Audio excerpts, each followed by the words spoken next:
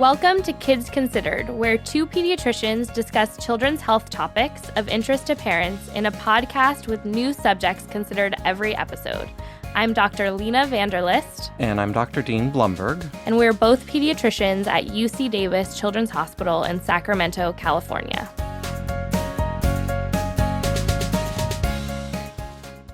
I am really excited today to be joined by Alex Nella. Alex is a pediatric registered dietitian and physician assistant who works here at UC Davis in the pediatric endocrinology department. And I asked Alex to join me today on the podcast to talk about one of the, I would say, the hottest topics in medicine right now. And that is the diabetes and weight loss medicines known as the GLP-1 receptor agonists, or glucagon-like peptide-1 medications.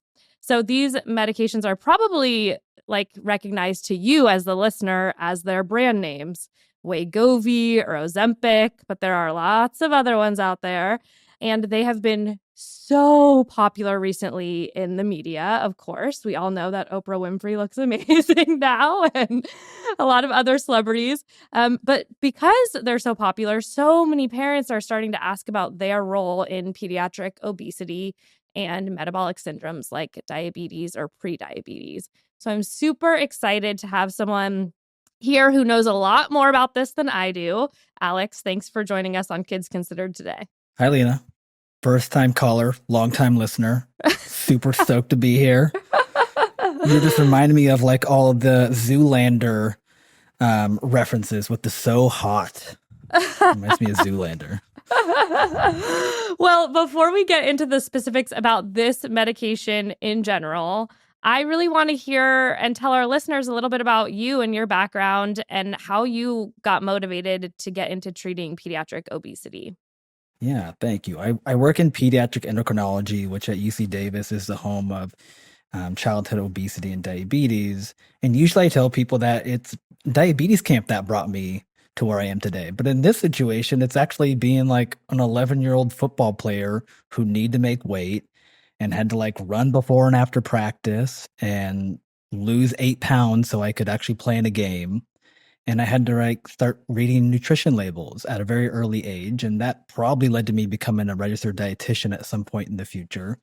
But I'd say that's where my journey really began and painted my relationship with food, my relationship with my family, and has made me really passionate about helping patients and families living with obesity. And I think that gives me some deeper empathy and just understanding of where families are coming from. And when I was in PA school, they asked me what was your dream job? What would be the clinic that you could imagine yourself working in at the tip top of your scope of practice? And mine was childhood obesity. That's exactly where I wanted to be. And I am just thrilled to be able to deliver care to our patients and families at UC Davis Health in this capacity. So I'm so happy to be here today.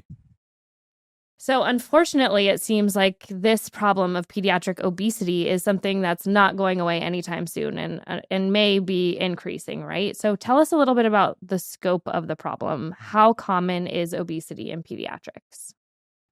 Sadly, it's becoming more common.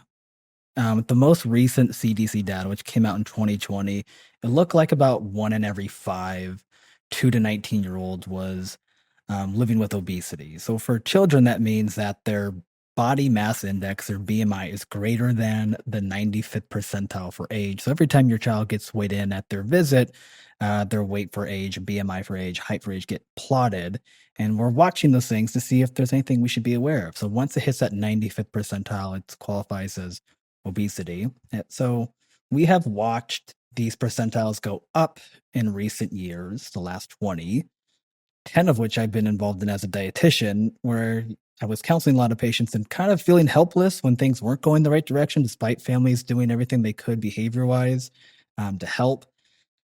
We do know that obesity gets worse with age. We see about 12% of 2 to 5-year-olds with obesity. 6 to 11, it becomes 20%. 12 to 19-year-olds, 22%. But the scary thing is that adults, 20 years and over, is about 42% living with obesity in 2020. a lot of families would come say to me, well, this got really bad. This got worse over the pandemic. And there is some data that mirrors their concern.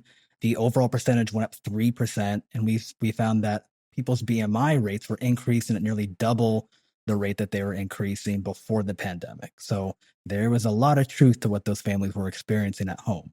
Oh, yeah, absolutely. I think like totally multifactorial, right? Like not being able to get out in PE, having access to, the fridge and the snack pantry all the time. But yeah, Hard to like do PE on Zoom. very hard to do PE on Zoom, it turns out. So we talked about obesity in general and how common that is, but tell us about some of the most commonly associated conditions that co-occur with pediatric obesity. So we commonly see a lot of referrals that go to us, as well as many of the other pediatric subspecialties here in UC Davis. So I see a lot of gastroenterology referrals for elevated liver function tests with concern of what they call metabolic associated fatty liver disease or steatohepatitis. We also see a lot of cardiology referrals for high cholesterol levels. I live in the world of diabetes, so prediabetes and type 2 diabetes is becoming more common at earlier ages. Pulmonary is down the hall and they deal with sleep apnea. And sometimes when that happens, they get contacted to see the ear, nose, throat specialist in case someone has that sleep apnea, possibly caused by enlarged tonsils or adenoids, and they might get removed. So those are the main ones. I also have a special heart for adolescent medicine because those are our eating disorder specialists. And there are some binge eating disorders or just disordered eating from living with obesity for a long time. And, some people really change a lot of their food habits that can become disorder. So those are our specialists that we share a lot of patients and families with. Yeah, I mean, all significant conditions that can be lifelong really. So important to get on top of it early. So before we get into the details about some of these newer medications, I really want to make sure that we hit the hallmarks of initial treatments for pediatric obesity and metabolic syndrome, because I don't want this episode to come out and everyone be like, oh my gosh, Dr. Lena is recommending these, injectable weight loss medications for everyone. That's not the goal. So, we always start with some really hallmark steps for obesity management. And I want to hear your initial spiel about when someone comes in and you're going to counsel them initially on weight loss. So many families come to me just purely because their pediatrician has concern for the growth curve or the weight for age or BMI is elevated, and they've maybe exhausted some of their diet and exercise advice. So they come to me, and I will do as full of an evaluation as I can, looking at a normal day's worth of food intake. I'll ask them about their physical activity, their sleep, their menstrual cycles if they're having them, and really focus on the behaviors that I can find that would be helpful. So for families, this often comes up as, okay, we're doing good with decreasing juice or soda and other sugar sweetened beverages. We're really trying to limit eating out or fast food. I think some foods like chips and Takis, while they might be delicious and really popular and accessible for kids and teenagers, I probably consider them nutrient poor, energy rich foods that give us a lot of energy and not a lot of nutrition. So those are kind of the first to maybe limit. I really don't tell people to stop eating these foods cold turkey or just don't eat them ever. I don't think that's real life. And I actually think that probably contributes to more disordered eating habits than not. And while I really like our adolescent medicine peers, I don't want to have to give another referral if I don't have to for a family who might already be struggling with a condition to get a hold of it. Um, so I advocate for moderation. Maybe it's the dietitian in me that wants you to eat things in moderation with balance. But I don't go overboard and tell people not to ever eat junk food or sweets or candy or desserts. I'm more passionate about the juice and soda because from a diabetes perspective, those are the things that give people a really fast amount of sugar, doesn't give you much appetite satisfaction, so can lead to repeat servings. And it doesn't really change your eating habits afterwards when you have those liquid calories. So that's probably where I really start.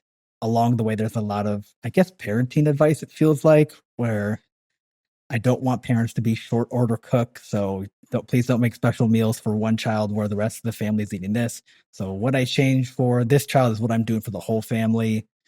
Sometimes our kids get in food ruts, and it seems like for 2 weeks they just really want to eat this one thing.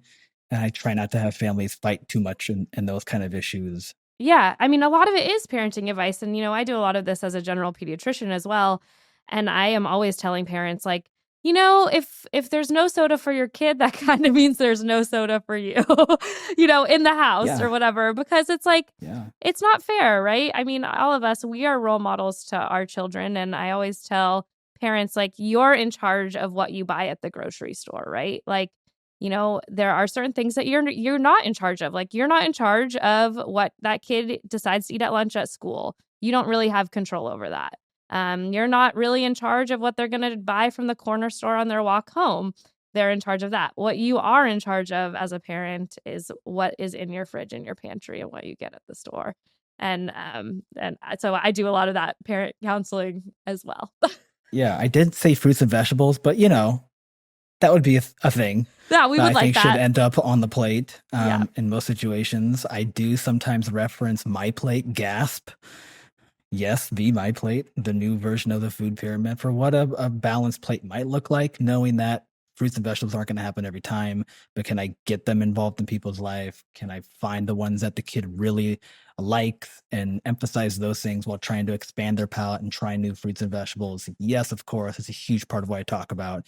And it is very important to try and lower the energy density of the meaning overall, where I'm really trying to help someone feel full on less calories with excellent nutrition, but not trying to break the bank while doing it. So some of these are tried and true. Yeah. And we have episodes on, picky eating and some other, really nutrition focused episodes that you can check out.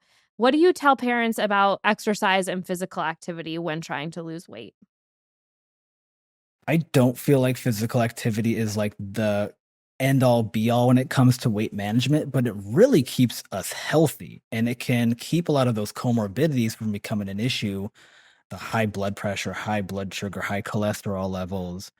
So first and foremost, physical activity needs to be fun for kids. I'm not trying to create the next generation of gym warriors, gym rats, over exercisers. I really want exercise to be fun. And when kids are experiencing PE, I really want them to think of that as a legitimate class that should be full of experimentation, where they should be able to try out these cool activities that maybe they want to do outside of school. And that can be something that they can capitalize on as oh, my kid really likes badminton or pickleball or tennis or any other racket associated thing. Yeah. I mean, totally. I think that you're right. Weight loss, nutrition, the food is the more important thing. One thing I will say is that when kids do get really interested and involved in sports like soccer or going to the gym or weightlifting, they do start to pay more attention to nutrition and what goes into their bodies and realize, like, oh, that didn't feel great when I ate that right before my game. So I've noticed feedback. Yeah, direct feedback, that can be really helpful. And just like you said, it's a lifestyle thing. So when you're following a patient for obesity and you're monitoring their weight, and let's say they're working on dietary modifications, how often will you see them back, or how often is it recommended that they follow up with their physician or somebody to check in on weight or check in on labs? Yeah, if we're really working on behavioral issues just for weight purely, it's probably every 3 to 4 months. And in some cases, if families are like really committed, really serious about making those behavioral changes, I might actually have them follow up with a dietitian in between my next appointment with them to follow up on that. Because sometimes it's just like the suggestion we made, like, wasn't really the winner, and it just needs a little tweak to try a small thing that gets them on the path. And I don't want them to have to wait a number of months to be like, oh, I should have tried this fruit, or something simple. And we have really talented dietitians here, so I want to use their skills, and we have a multidisciplinary clinic. So please, please use their expertise as well. If they're living with prediabetes or they have those other comorbidities, then I'm a bit more enthusiastic about every 3 months. And At minimum, we're doing screening labs once a year, but if something's concerning between our clinic and gastroenterology, we might check every 6 months at most. If it's pre-diabetes, I'm probably getting A1C every 3 to 4 months, depending on the severity. At what point in your journey with the family or a pediatric patient specifically, mostly probably teens in this group, but maybe not always, would you feel they might benefit from adding a medicine to help control their weight?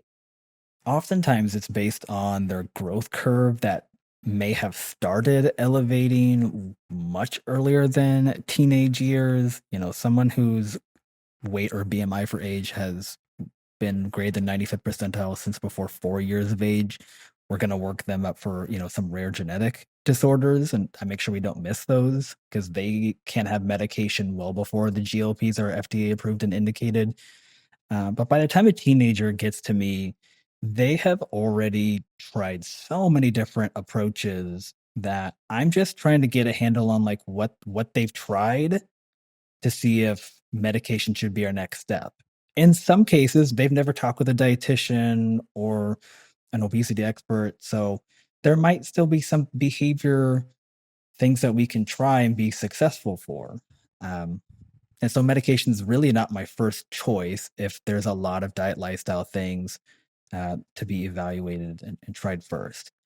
For those who have really been through the ringer, so to speak, they've tried all these things. They've done Weight Watchers, they've used the food app, they have the weight training application on their phone. They're really physically active, and it's still just they can't stop it. They can't stop the weight gain. They're always hungry. That's who I'm really starting to think of as being like the best candidate. Not necessarily there's no weight line in the sand. Yes, there's a BMI approval that I'm looking for these FDA approval medications, which start at 12 years, but it's more than anything behavioral and some of the things that they've experienced in their life. Yeah, totally. Like just like so many things, right? Like each patient is going to be unique and each family. Yeah, occasionally the comorbidities make me more urgent. Like if somebody is on the cusp of, having this pre-diabetes turn into type 2 diabetes where I know that their pancreas is, losing cells that they're not going to make enough insulin, like that is something that doesn't regenerate. So I want to save that organ as much as I can. And if starting this medication can help me accomplish that and it'll basically elongate their life, have a lot longer, higher quality life, then I'm going to help them with that, especially when it's FDA approved. And if it's not FDA approved, I can probably help you out then too. So, a lot of our listeners have heard of these weight loss medications, so commonly referred to as the GLP-1 receptor agonists. Are there other medicines besides these that are also used for pediatric obesity? And what's the most common mechanism of how they work?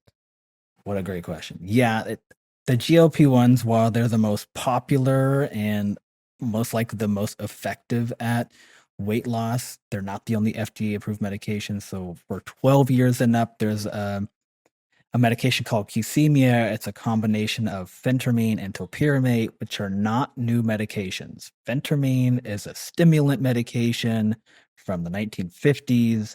Some people get really concerned when I bring that up because they think of the 90s and the fen era, where phentermine was part of a combination with fenfluramine, where they found that the fenfluramine was causing heart failure. So that stopped being put in use, but phentermine still persists and is actually pretty useful in a lot of cases. It's FDA approved on its own for 17 years and up, but this combination with topiramate is really actually useful.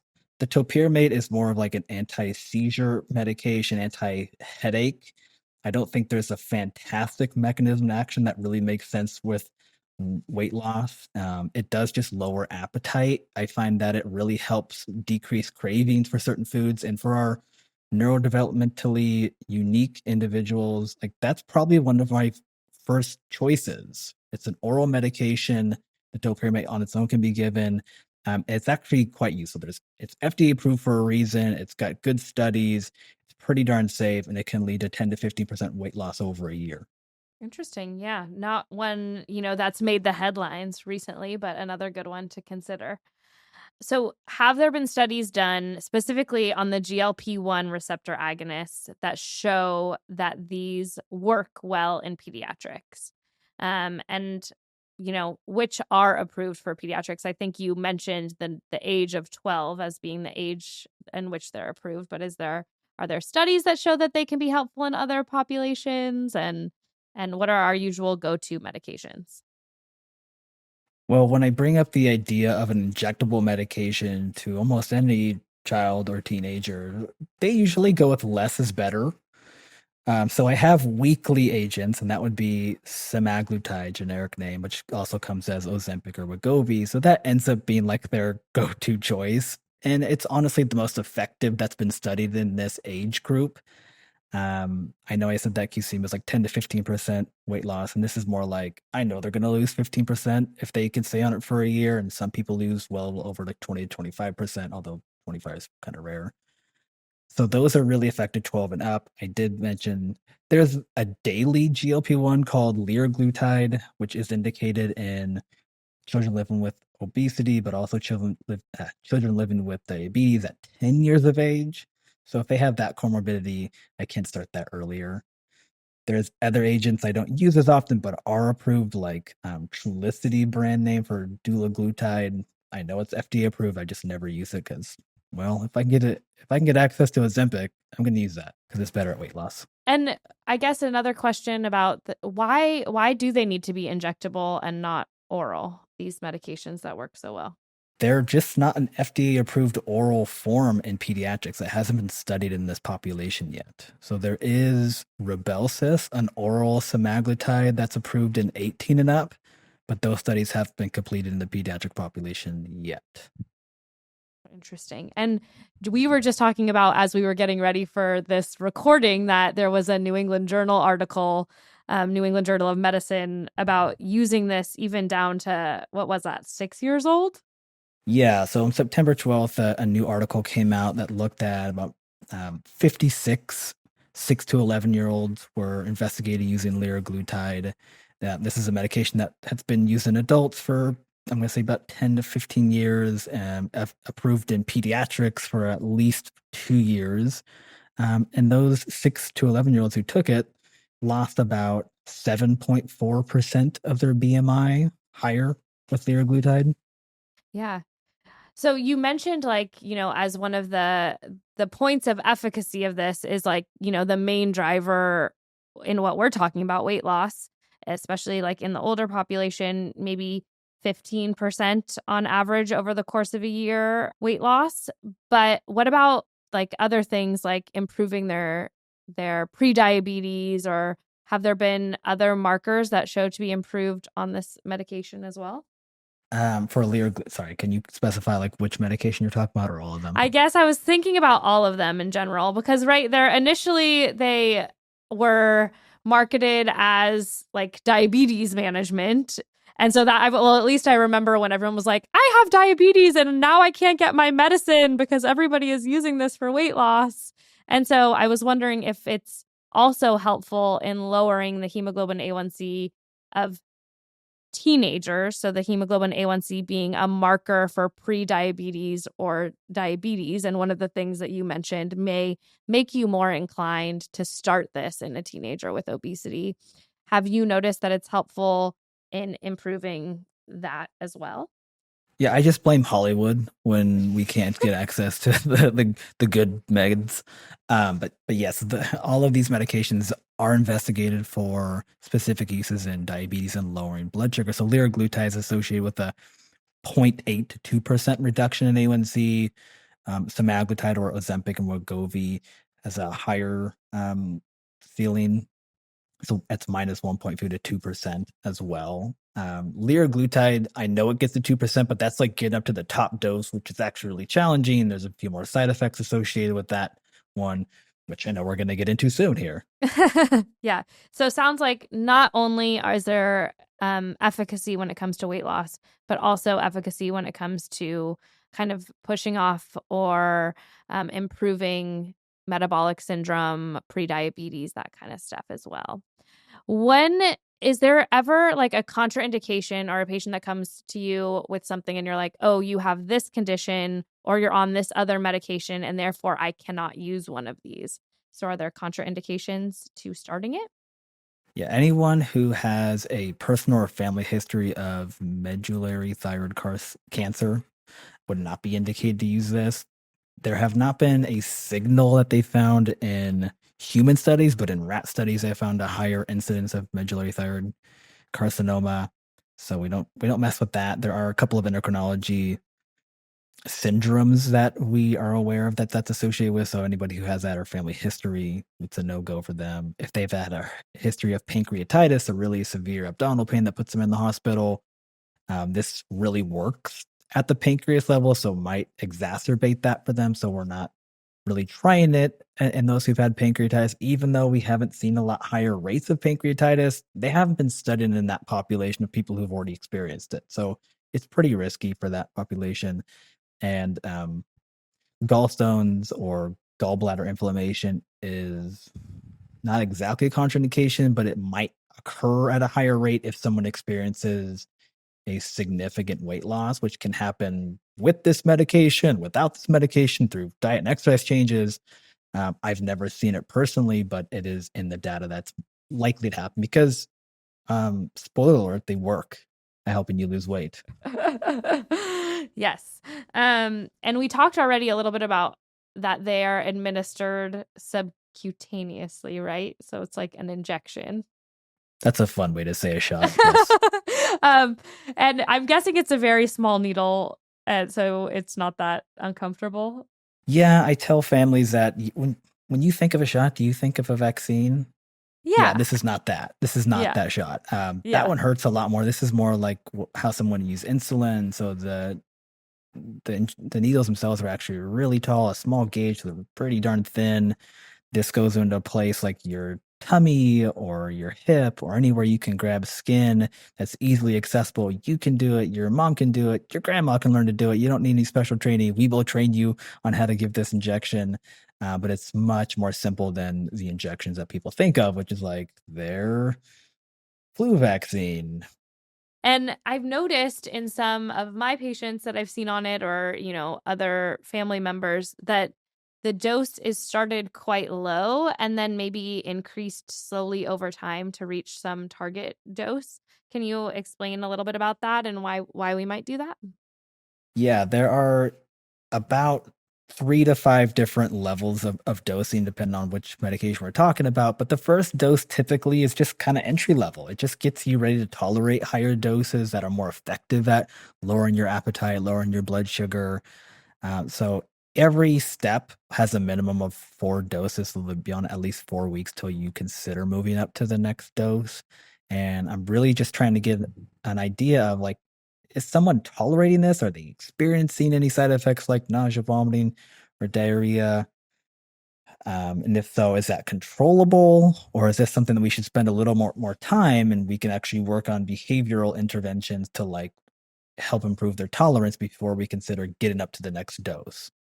Any short-term or long-term risks in these medications, specifically, I guess, in pediatrics, maybe that adults don't have to worry about? So you did mention like the pancreatitis, the gallstones as being some of the more common things. Some things parents have asked me are like, is it like if I'm making my kid not want to eat as much, am I like putting them at risk for nutritional deficiencies or like growth issues down the line? I do think it puts a more of a spotlight on kids' nutrition intake, because you're just going to have a lower appetite. You might have less opportunities in your day to eat because you're just not as hungry. So I do think it gives us plenty of space to talk about high quality food choices while we're on it. And I do have somewhere in the back of my head a concern of malnutrition long term. We haven't seen this use in children long enough to observe that it changes bone mineralization. But is it possible to not meet your calcium and vitamin D needs while taking this?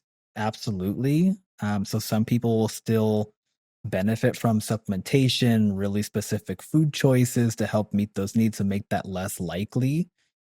So those are like the long-term risks that I think are in my mind too, and it's why a lot of counseling goes with it. A lot of dietitian consults are given between myself and my wonderful colleagues.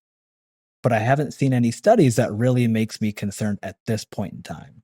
Like I haven't seen anybody like not reach their growth potential or have a sudden change in their height gains, for example.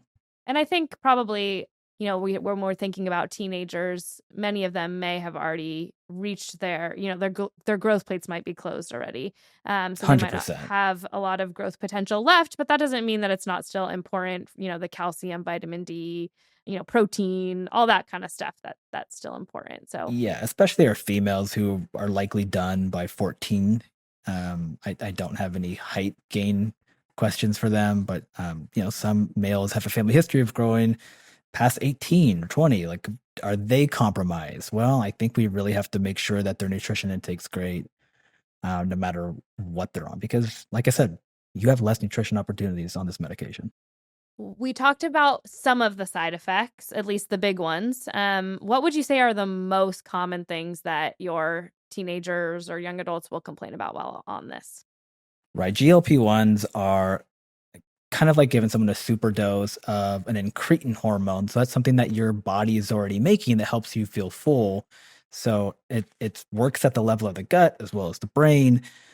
But if it's already working at the gut, most of the side effects people experience are GI related or gut related. So by far the most common would be nausea, vomiting, diarrhea. I've seen a little bit more frequently, not more frequent than nausea, vomiting, but a lot of it is behavioral as well. Like people can be taught to eat certain way, and we can lower your portion size because you're going to feel full.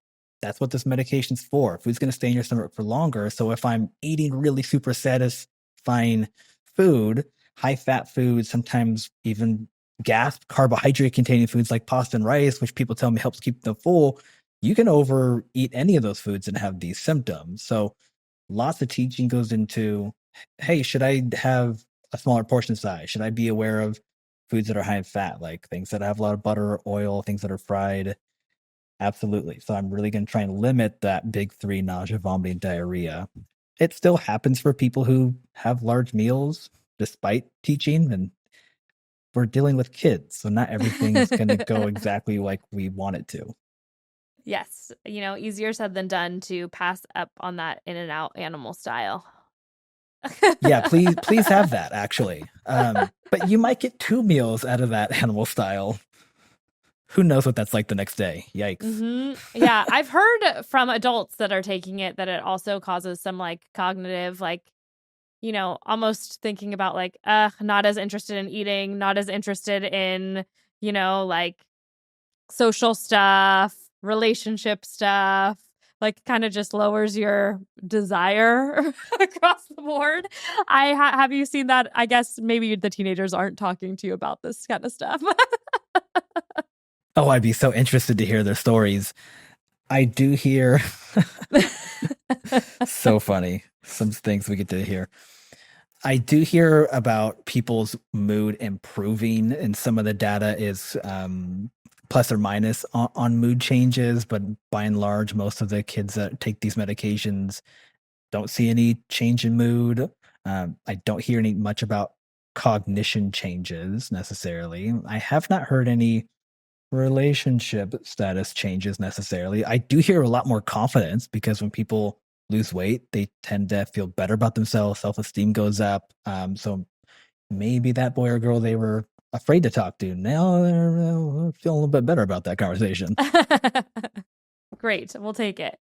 What kind of labs or monitoring with blood work needs to happen when a patient is taking this medicine? Yeah, if they had any comorbidities, we're still pushing along there every 6 to 12 months unless something is more severe. In rare cases, if someone has a lot more side effects or telling me they have, abdominal pain that refers to their back, and I have a concern for pancreatitis, I'll be more encouraged to go get a metabolic panel with some pancreatic enzymes. That doesn't happen super often, but I'm just making sure someone stays hydrated if they're having a lot of side effects. I am liberal when it comes to giving people anti-nausea medication, that if they're experiencing that, my main goal is to get you back to normal tolerance so that we can keep you hydrated and get through this rough patch, no matter what it was caused from. Dose increase, animal style fries, whatever caused it. And then, is there like an amount of weight loss that might make you concerned that the dose is too high or they're not tolerating it well? Yeah, occasionally people come back and say, I lost 10 pounds this month. And I'm like, that's a bit faster than I was hoping you would say. But oftentimes I do not see that rate of weight loss continue. I do think part of that is behavioral as well, where it's like, well, if this is gonna help me lose weight, what else can I do to help the process? And kids are not really known for their balanced, well thought out approach occasionally. So sometimes, they do some crash diet, they do some like extreme exercise, and I'm really trying to have them pull back on making a lot of those changes because it is absolutely going to lower your appetite and ability to like feel hungry. So you don't need to do all these extreme things to get the weight loss. And, in most of these kids or teenagers, it took 12 to 18 years to get up to our current weight. Like, how fast do you think it should come off? Not immediately is my go-to answer. Yeah, Let's give this definitely. some time. It will work. I promise you. Let's stay the course. Yeah. That brings me to my next question, and a question I get from a lot of parents who are thinking about these things, or teens that are thinking about these things, is how long are they going to have to stay on it? Is this like a lifelong commitment, or can they lose the weight and then try to come off? And if they do, what are the chances of them just gaining back all of the weight that they lost? There is no 100% answer to this question because of patient individuality and preference. But I'm looking at it like we should give this a year as long as you tolerate it and see what's up. A lot of the studies end at 1 year, but those that do oftentimes do follow up for 13 to 26 additional weeks, and people continue to lose weight after that. So, like, it depends on what your weight loss goal is, and if those comorbidities are getting better or not. So, I'm really advocating to look at this like this is probably going to be a long term thing, especially if we're talking with someone who really started growing quickly at a very early age, like before 4 years. So it could very well be a lifelong treatment in some individuals, or by the time that they like reach the end life of that medication where it's not helping them lose weight and maybe they haven't reached their goal, these are not medications that are going to go away. Like there's more coming, they're going to get better, they're going to have less side effects. In some cases, you might consider using two different agents, not two GLP-1s, but maybe a GLP-1 plus an oral medication to continue the weight loss, depending on what they need. But living with obesity is not a short-term condition. This is a chronic condition. So we're looking at it for the long term. We try to build in the behavioral approach because if they do lose access to the medication from insurance changes or because they want to take a break, then I want to give them the best chance to not regain weight. So that's why we still talk about food, nutrition, exercise. If we're building in those behaviors, you have a better chance of not having a significant weight gain after stopping it. You will feel hungrier. Some data says you could regain up to 2/3 of the weight. I haven't seen it work exactly like studies say, but I don't stop seeing them even if they stop the medication. I think, like with any weight loss medication or, lots of different medications, I worry about the risk of abuse or misuse of the medication. I've definitely seen some scary stories about people who've purchased them online and then they find out that it's not actually the medication they thought it was.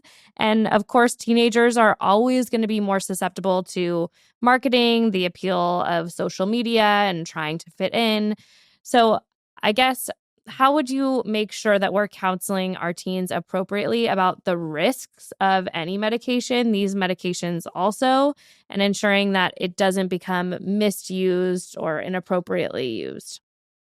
So I do remind people that we're talking about medications here that can be overdosed, that will give you a lot of side effects if we jump up too quickly in the dose, or if, hey, I got this online equivalent to Ozempic or a compounded form, where I can't exactly ensure the dose, the purity, the issues that are coming up with compounded or potentially online medications that we're not exactly sure what we're taking. Like, I want you to have the real deal. I want you to have the kind that has safeguards, and that's the kind that I'm going to prescribe you.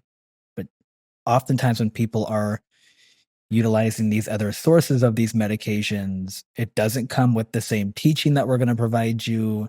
It doesn't even come with the same pen that's going to ensure that you get the right dose. Like, it's really easy to get a syringe and a vial and not know what the conversion is going to be. So overdose and hospitalizations have occurred, not in any of my kids, but the same sensationalized stories that you've seen.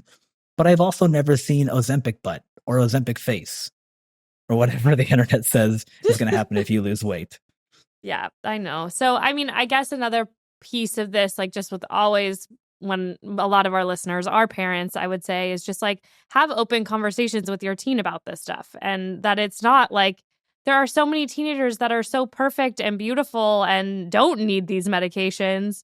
And, you want to always have open conversations about online safety with your teen and, healthy body image and things that are portrayed online. And then if your teen is struggling with obesity and comes to you asking about this kind of stuff, have an open and honest conversation with them and maybe reach out to your own doctor to have that conversation too, because the last thing we want is a teenager, doing this unsafely or doing this on their own or something like that. So, right. I want them to love their body as much as anyone. But if you experience really rapid weight loss, and this comes up every time I talk about this, is I don't want you to lose a significant amount of muscle mass, which whenever we lose weight, whether it's from medication or diet or exercise or what, you're going to lose a certain percentage of that weight from muscle and even bone. And the more rapidly you lose it, the less likely you're able to meet your protein needs. And you're going to lose a higher percentage of that coming from muscle mass. This is a big deal in the adult population, the geriatric population, where losing more muscle mass can be extraordinarily detrimental. We have not seen that in kids, but it is a topic that we discuss every time. So if you're trying to lose 30 pounds in a short period of time, we might want to think about what that's actually going to look like. Because if you lose a lot of muscle mass, you might not have the same functional ability. It might not give you the appearance that you were thinking that 30-pound weight loss would do. So let's please take our time. Let's meet our protein goals. Let's do some physical activity, maybe. Hey, even resistance training where I can help maintain your muscle mass more. That comes up a lot. Totally. Well, this is so interesting, and I have learned a lot because this is one of those areas as a pediatrician I never had to fully dive into yet. I've been following along, but I've been very interested in learning more. So thank you so much for joining us and sharing your expertise. Any last thoughts that you wanted to share with our listeners? I do. I just want to emphasize that, living with obesity is not a choice. It's not a behavioral problem. There are no 2-year-olds making decisions that put them on the path towards obesity on their own, but some kids through their genetics or the social circumstances, we might see early onset obesity that becomes obesity in adolescence and adulthood, which can lead to severe and debilitating illnesses down the line. So I bring this up because as providers, we have the opportunity to make a positive impact with our word choices, with how we make people feel.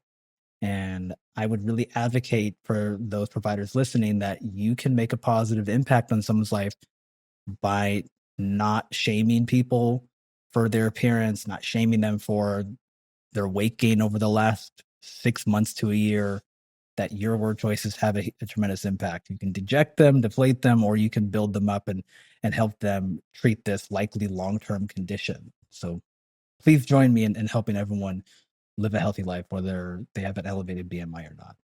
Totally. Thank you so much, Alex Nella, physician assistant, registered dietitian, for joining us on today's episode. Although Dr. Dean and I take full responsibility for any errors or misinformation. That wraps up this episode of Kids Considered. You can find more information on our website, kidsconsidered.ucdavis.edu. Follow us on Twitter @KidsConsidered. And Instagram @KidsConsidered. If you have feedback on this show or topics you would like us to discuss in the future, we would love to hear from you. Please call us. Our number is 916-915-3388. Or email us at kidsconsidered@gmail.com. Please rate us on iTunes or wherever you subscribe to your podcasts. Thank you for listening, and we hope you will join us for our next podcast. Kids Considered is sponsored by UC Davis Children's Hospital.